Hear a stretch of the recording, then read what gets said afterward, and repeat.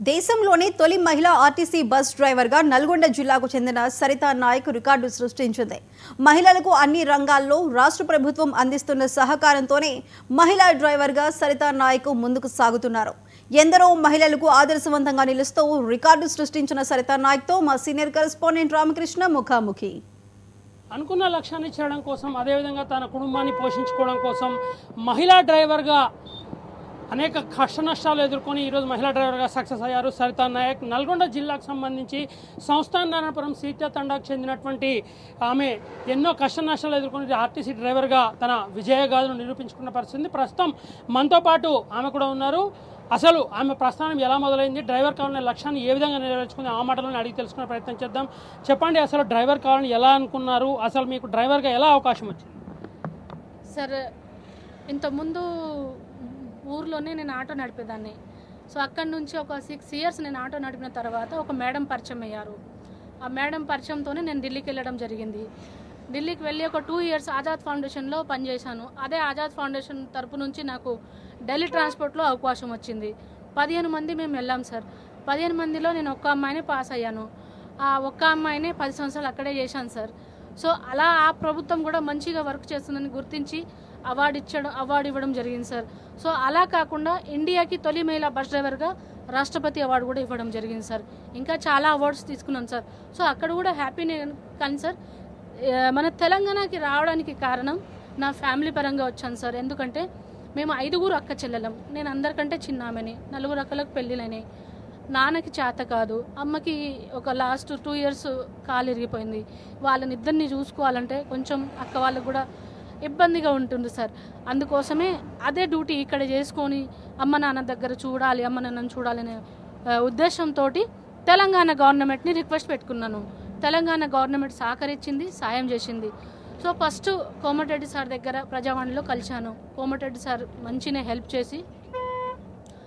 చేసి పొన్నం ప్రభాకర్ సార్ దగ్గరికి పంపించారు.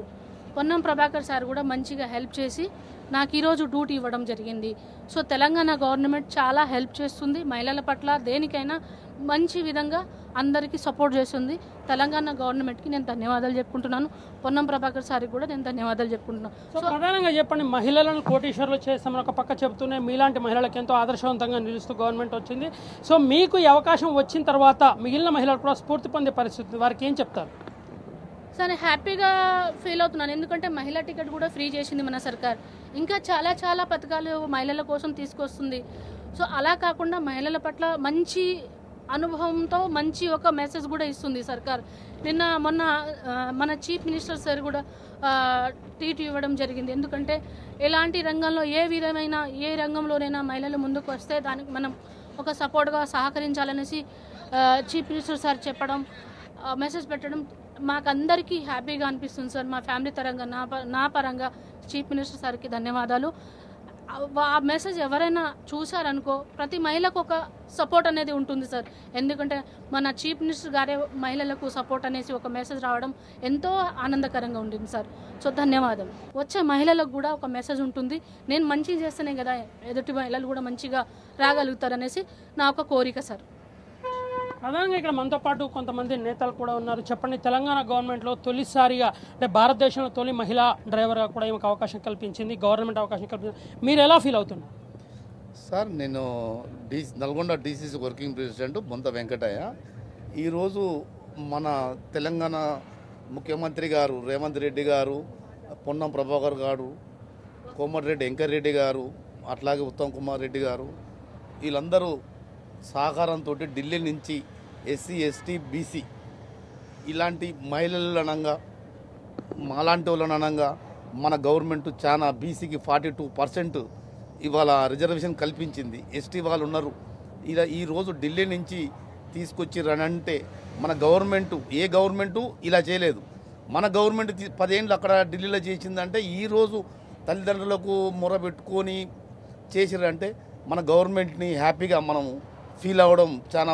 ఇలాంటి మొత్తం మీద ఇలాంటిది ఎస్సీ ఎస్టీ బీసీ వాళ్ళకు కూడా ఇలాంటివి చేయాలని మన ప్రభుత్వాన్ని రేవంత్ రెడ్డి గారికి, ముఖ్యమంత్రి గారికి, మరియు పొన్నం ప్రభాకర్ గారికి, మరియు ఉత్తమ్ సార్కు, కోమటిరెడ్డి వెంకరెడ్డి గారికి నా యొక్క కృతజ్ఞత. వ్యాప్తంగా మహిళలను అన్ని రంగాల్లో రాణించాలని ఒక పక్కన చెబుతూనే మరొక పక్కన మహిళలకు అన్ని రకాలుగా అవకాశాలు కల్పించడంతో పాటుగా మహిళా డ్రైవర్లను ప్రోత్సహించే దిశగా ప్రభుత్వం తీసుకున్న చర్యలు అయితే సత్ఫలితాలు ఇస్తున్నాయని చెప్పవచ్చు. ఇక ఇదే స్ఫూర్తితో మరింత మంది మహిళలు ఈ డ్రైవర్లుగా అవకాశం కల్పించే దిశగా కూడా ప్రభుత్వం చర్యలు తీసుకోవాలని చెప్పి కూడా భావిస్తున్నటువంటి పరిస్థితి ఉంది. వీడియో జర్నలిస్ట్ మధుతో రామకృష్ణ, 99 టీవీ, నల్గొండ.